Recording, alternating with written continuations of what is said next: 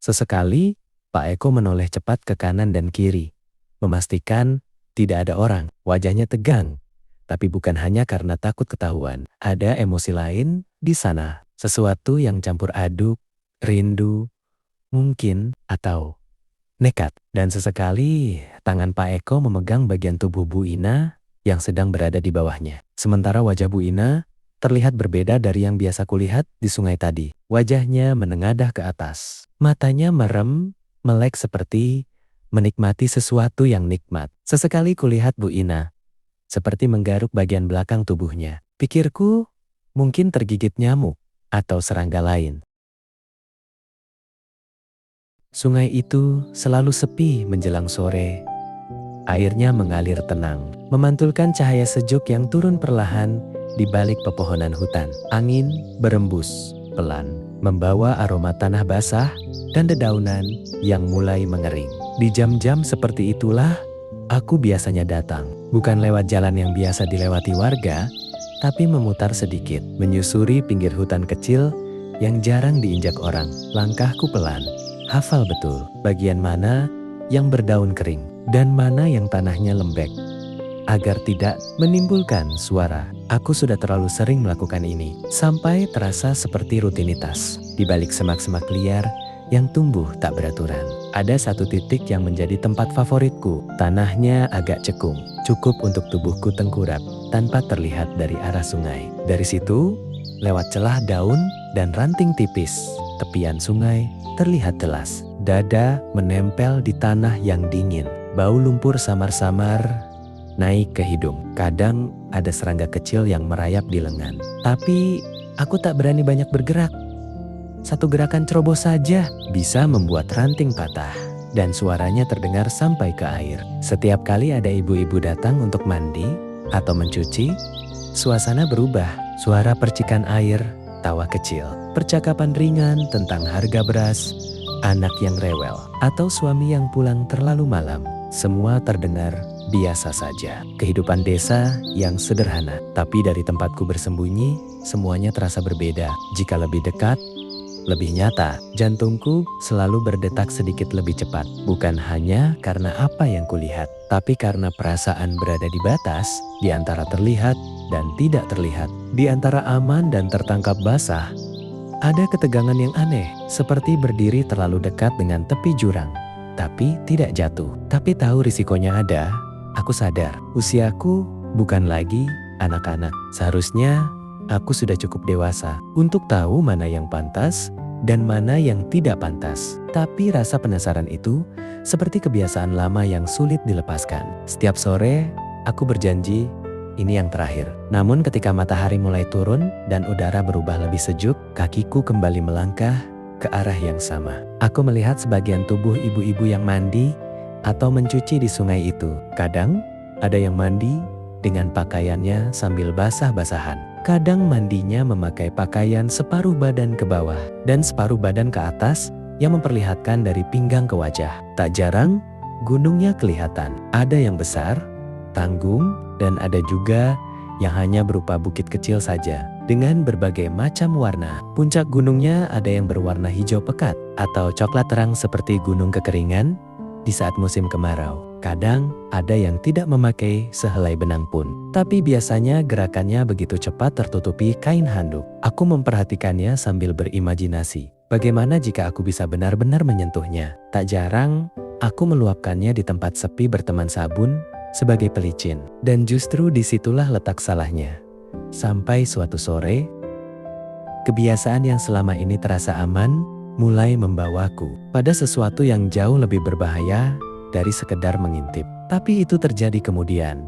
Untuk saat ini, yang ada hanya aku di antara semak-semak dan sungai yang mengalir pelan. Di bawah cahaya senja, sore itu suasana sungai lebih lengang dari biasanya. Matahari sudah turun setengah. Cahayanya tidak lagi terik, hanya hangat dan lembut menyentuh permukaan air. Bu Ina tetanggaku datang lebih dulu. Ia berjalan santai membawa ember dan beberapa helai pakaian. Langkahnya ringan, seolah sungai adalah tempatnya berbicara pada diri sendiri. Sebagai seorang janda, ia memang sering memilih waktu sore yang sepi. Tidak banyak orang, tidak banyak pertanyaan, tidak banyak tatapan. Ia duduk di bibir sungai yang biasa dipakai warga untuk mencuci. Tangannya mulai membasahi kain. Mengucek perlahan, sesekali ia mengibaskan rambut yang tergerai, lalu membasuh wajah dengan air sungai yang jernih.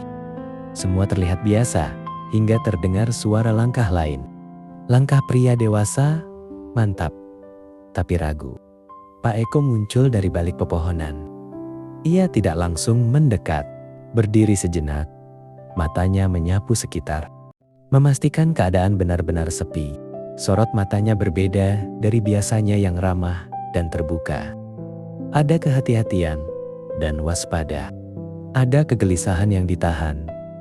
Angin sore berdesir pelan, membuat daun-daun bergesekan pelan. Tidak ada suara lain. Barulah ia melangkah mendekat. "Sendirian saja, Bu?" Suaranya terdengar santai, tapi nadanya terlalu pelan untuk sekedar basa-basi. Bu Ina menoleh, ekspresinya tidak terkejut. Seolah pertemuan itu bukan kebetulan sepenuhnya. "Iya Pak Eko," jawabnya singkat, dengan senyum tipis yang sulit ditebak artinya. Pak Eko berdiri, berjarak beberapa langkah dari Bu Ina. Tidak terlalu dekat, tapi juga tidak sejauh orang yang sekadar kebetulan bertemu. Percakapan mereka terdengar rendah, terputus oleh suara air yang mengalir. Kata-kata tidak jelas, tapi intonasinya terasa akrab. Terlalu akrab untuk seorang tetangga.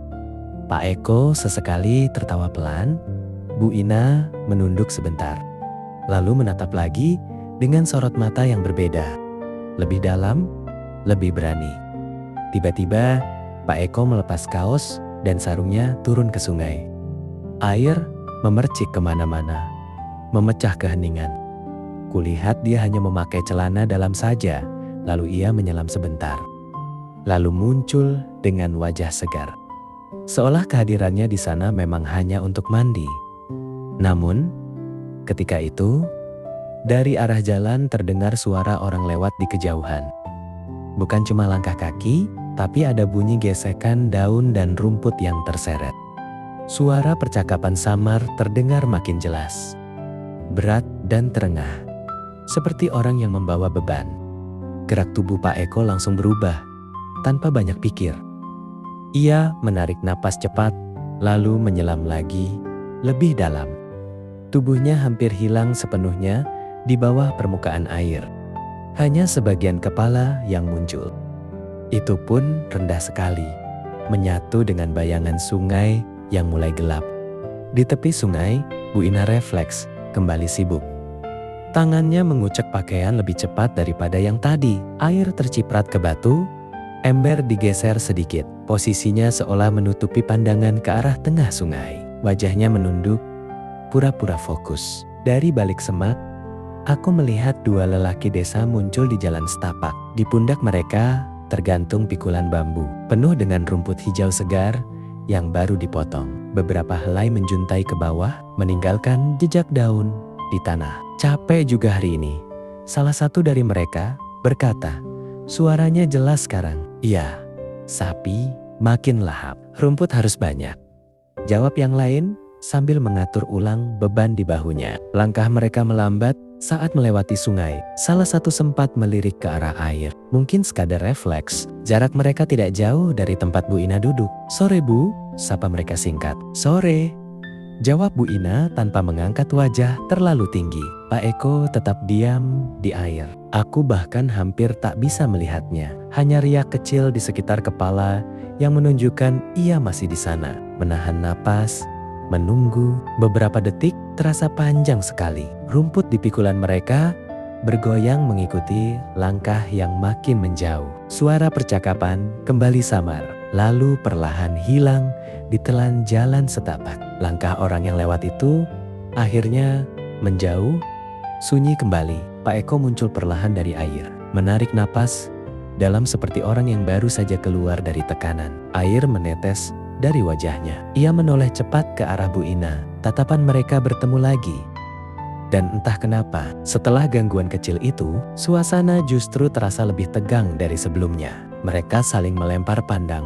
Tubuhnya diam, hanya mata yang mengintai dari permukaan air. Sementara Bu Ina menoleh ke arah jalan, mengawasi orang yang baru saja lewat, memastikan mereka sudah jauh darinya. Tangannya kembali sibuk mengucek pakaian dengan gerakan lebih keras dari sebelumnya, seolah benar-benar fokus pada cucian. Ember digeser sedikit agar posisinya menutupi arah pandangnya ke sungai. Air sungai kembali tenang. Pak Eko tetap diam. Tubuhnya hampir menyatu dengan arus. Hanya riak kecil di sekelilingnya yang menunjukkan ada seseorang di sana. Beberapa detik terasa panjang. Setelah memastikan suara langkah itu menjauh dan percakapan mereka tak lagi terdengar, Pak Eko perlahan berdiri, air turun dari bahunya, mengalir kembali ke sungai. Ia menarik napas seperti orang yang baru saja lolos dari sesuatu. Tatapan mereka kembali bertemu. Kali ini lebih dalam, lebih berani. Tidak ada lagi pura-pura. Lalu Pak Eko berenang perlahan, mendekati Bu Ina, mengusap wajahnya yang masih basah oleh air. Tatapannya langsung tertuju pada Bu Ina. Mereka sama-sama tersenyum lama. Lebih jelas, seolah senyuman itu memberi sinyal yang tak bisa kuartikan. Mereka tidak banyak bicara setelah itu. Hanya saling menatap dengan pemahaman yang tidak diucapkan. Tapi yang jelas, ada pembicaraan dewasa yang aku tak bisa mendengarnya. Karena suara percakapan mereka sesekali terbawa angin yang berdesir pelan. Ada getar tipis di udara, sesuatu yang tumbuh pelan tapi pasti. Bukan sekadar pertemuan biasa di tepi sungai. Bagi orang seusia mereka, perasaan jarang datang dengan gegap gempita. Ia hadir lewat tatapan yang terlalu lama, lewat suara yang diturunkan nadanya, lewat keberanian kecil untuk datang meski tahu ada resikonya. Dan sore itu, di bawah langit yang mulai meredup, dua orang dewasa berdiri di tepian sungai dengan rahasia yang perlahan mulai mengambil bentuk. Tapi sungguh, waktu itu suasananya beda. Bukan cuma soal dua orang yang bertemu diam-diam. Ada sesuatu di udara yang bikin bulu kuduk berdiri. Sore itu, dadaku rasanya tidak tenang. Dari balik semak, aku melihat jelas perubahan di antara mereka. Tatapan yang terlalu lama, diam yang terlalu berarti. Itu bukan lagi kebetulan. Dua orang bertemu di sungai. Itu sesuatu yang sedang tumbuh. Beberapa menit kemudian, Pak Eko naik duluan dari air. Gerakannya terlihat biasa saja. Bahkan cenderung santai. Ia memeras celana dalamnya, berusaha untuk mengeringkannya. Lalu melangkah ke tepian, memakai kaos dan sarungnya. Tapi anehnya, ia tidak mengambil arah jalan pulang. Ia justru berjalan ke arah sawah di samping sungai. Sementara, mataku terus mengikuti gerakan tubuh Pak Eko yang mengarah ke pematang sempit dengan sebagian tumbuh rumpun bambu di sampingnya. Kalau dari kejauhan, orang cuma lihat hamparan hijau. Tapi kalau masuk sedikit saja, dunia seperti tertutup, tidak terlihat dari jalan. Karena posisi sungai lebih tinggi dari sawahnya. Jantungku mulai berdetak lebih keras. Aku masih berbaring di tanah, menimbang-nimbang, haruskah aku berhenti di sini? Tapi rasa penasaran lebih kuat. Ada dorongan aneh dalam diriku untuk mengikutinya. Tak lama kemudian, Bu Ina menyusul. Sambil membawa ember, dia menyembunyikan embernya di semak-semak dekat sungai. Ia tidak tergesa-gesa. Ia berjalan seperti orang yang hanya hendak mengambil sesuatu. Tapi arahnya sama, ke sawah. Saat itulah aku tahu, ini bukan kebetulan.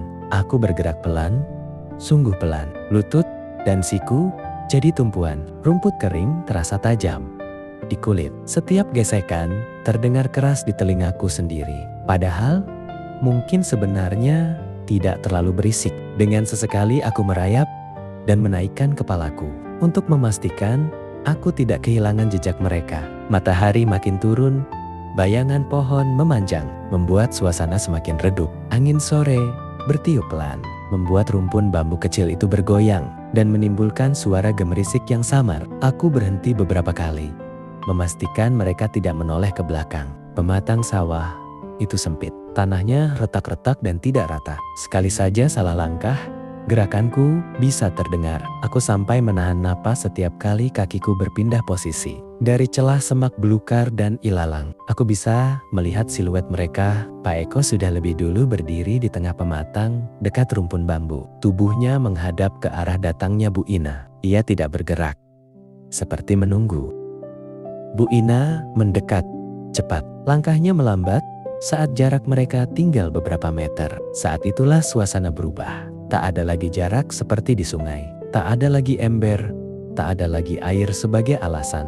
Hanya dua orang dewasa yang berdiri di tempat yang sengaja dipilih karena sunyi. Kulihat secara samar di antara daun bambu. Bu Ina dengan posisi menunduk dan tangannya memegang tanah. Seperti posisi anjing yang sedang membungkuk, dan pakaian bawah Bu Ina hanya disingkap. Sementara dari belakang Bu Ina, tubuh Pak Eko seperti orang memompa sesuatu. Nyaris tubuh Pak Eko tanpa jarak dengan Bu Ina. Secara samar, kulit mereka bersentuhan. Aku tak berani melihat lebih dekat, karena tak ada lagi tempat yang pas untuk mengintip mereka. Tanpa berkedip, aku melihat mereka. Sampai dadaku berdebar, sampai rasanya bisa terdengar keluar. Aku sadar sepenuhnya, apapun yang sedang terjadi di depan sana bukan lagi sesuatu yang seharusnya kulihat. Tapi justru karena itu, ketegangannya terasa 2 kali lipat. Angin berhenti sesaat. Daun-daun bambu tak lagi bergerak. Suasana hening. Hanya ada suara napas yang samar terbawa udara. Dan disitulah aku berjongkok di balik rerumputan, menyadari bahwa sore itu bukan lagi tentang mengintip di sungai. Ini sudah masuk wilayah yang lebih dalam, lebih berbahaya, dan aku sudah terlanjur ikut masuk ke dalamnya. Aku tidak bisa mendengar jelas apa yang mereka katakan, hanya potongan suara rendah, nada yang diturunkan, bisikan yang sengaja tidak ingin diketahui dunia. Sesekali Pak Eko menoleh cepat ke kanan dan kiri, memastikan tidak ada orang. Wajahnya tegang, tapi bukan hanya karena takut ketahuan. Ada emosi lain di sana, sesuatu yang campur aduk, rindu, mungkin, atau nekat. Dan sesekali tangan Pak Eko memegang bagian tubuh Bu Ina yang sedang berada di bawahnya. Sementara wajah Bu Ina terlihat berbeda dari yang biasa kulihat di sungai tadi.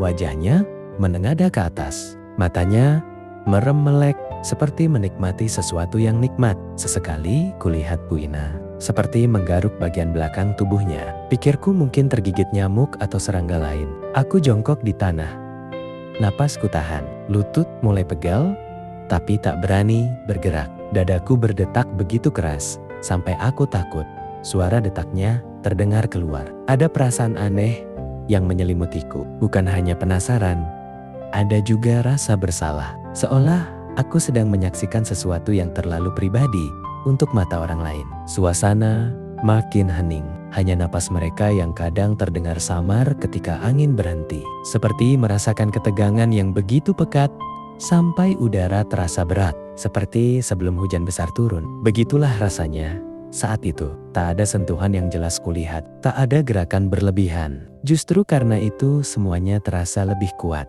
2 orang dewasa berdiri di tempat tersembunyi, di waktu yang sengaja dipilih, dengan rahasia yang tidak mungkin mereka bicarakan di siang hari bolong. Aku sadar, apapun yang sedang tumbuh di antara mereka, itu bukan hal kecil. Itu keputusan, itu risiko. Dan aku ada di sana, menjadi saksi tanpa diundang. Sampai akhirnya, satu kesalahan kecil dariku mengubah semuanya. Aku sudah terlalu lama fokus memperhatikan mereka, sampai lupa memperhatikan kakiku sendiri. Pematang sawah itu sempit. Tanahnya retak dan keras di beberapa bagian. Tapi di bagian lain justru lembek dan licin. Aku pikir aku sudah cukup hati-hati. Ternyata tidak. Saat aku mencoba bergeser sedikit, supaya pandanganku lebih jelas, kakiku menginjak bagian tanah yang rapuh. Tanah itu ambles. Tubuhku kehilangan keseimbangan. Aku terjatuh dari pematang sawah yang kupijak. Suara itu tidak terlalu keras, tapi di tengah suasana yang sunyi, rasanya seperti petir menyambar. Aku tergelincir ke samping pematang sawah. Lututku menghantam tanah. Telapak tanganku menekan lumpur basah. Nafasku terhenti sesaat karena kaget. Dan dalam hitungan detik, semuanya berubah. Pak Eko dan Bu Ina menoleh bersamaan. Aku masih ingat jelas tatapan itu. Mata yang tadinya penuh bisikan berubah jadi tegang, wajah mereka memucat, tubuh mereka yang tadinya tak ada jarak mendadak menjauh. Seolah dunia yang mereka bangun dalam diam runtuh seketika. Tak ada waktu untuk bicara, tak ada aba-aba. Pak Eko langsung mundur ke belakang, lalu berbalik. Sarung yang tadi tampak rapi, kini mengganggu langkahnya sendiri. Ia berlari ke arah yang lebih terjal, ke sisi sawah yang tanahnya tidak rata. Dalam kepanikan, kakinya beberapa kali tersangkut kain sarungnya sendiri. Pak Eko lari terbirit-birit. Aku melihat Pak Eko sesekali terjatuh, lalu bangun lagi. Langkahnya benar-benar terhuyung-huyung. Tangannya refleks menahan tubuhnya. Wajahnya bukan lagi wajah pria dewasa yang percaya diri. Itu wajah orang yang ketakutan. Bu Ina pun tak kalah panik. Ia menarik ujung roknya, berjalan cepat ke arah berlawanan.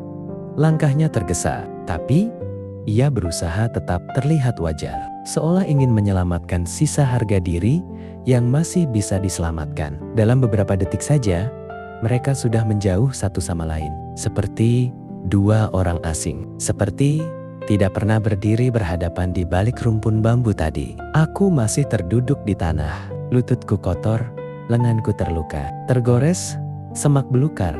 Saat aku jatuh tadi, jantungku berdetak kencang sekali. Rasanya bukan cuman karena takut ketahuan, ada perasaan lain yang sulit dijelaskan. Campuran antara kaget, bersalah, dan sadar. Sadar bahwa aku baru saja membubarkan kenikmatan mereka. Mungkin mereka belum sampai puncak kenikmatan yang tak bisa diteruskan kembali. Karena kehadiranku yang tak mereka inginkan. Tapi momen itu sunyi yang mereka pilih dengan hati-hati. Pecah karena satu langkah cerobohku. Aku bisa saja berdiri dan kabur. Tapi aku tidak bergerak. Aku hanya duduk di situ, mendengar suara napasku sendiri yang berat. Melihat dari kejauhan, Pak Eko yang masih berusaha membetulkan sarungnya sambil berjalan cepat tanpa menoleh lagi. Sore itu, bukan cuma mereka yang panik, aku juga. Dan untuk pertama kalinya, aku benar-benar merasakan beratnya menjadi saksi dari rahasia orang lain. Setelah mereka kabur, aku tidak langsung berdiri. Aku masih terduduk di pematang sawah itu. Lututku kotor, telapak tanganku penuh lumpur, nafasku berat, jantungku berdetak keras sekali, sampai terasa di telinga. Rasanya seperti baru saja hampir tertangkap, melakukan sesuatu yang tidak seharusnya. Padahal yang ketakutan tadi bukan cuma mereka. Aku juga ketakutan. Aku menatap ke arah dua bayangan yang sudah menjauh. Pak Eko yang berjalan cepat tanpa berani menoleh lagi. Dan Bu Ina yang mengambil arah berbeda, mencoba terlihat biasa saja. Dalam hitungan detik, semuanya seperti tidak pernah terjadi. Tapi aku tahu, aku melihat sendiri bagaimana tatapan mereka tadi. Bagaimana jarak di antara mereka hilang. Bagaimana satu suara kecil dariku membuat semuanya runtuh. Di situ aku sadar sesuatu. Selama ini aku merasa cuma jadi penonton, cuma pengamat. Seolah apa yang kulakukan tidak ada dampaknya. Tapi sore itu membuktikan bahwa keberadaanku, meski tersembunyi, tetap punya arti.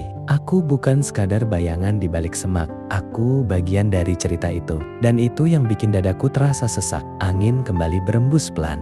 Daun-daun bambu bergerak seperti tidak terjadi apa-apa. Dari kejauhan, terdengar suara burung pulang ke sarang. Sungai kembali tenang, mengalir seperti biasa.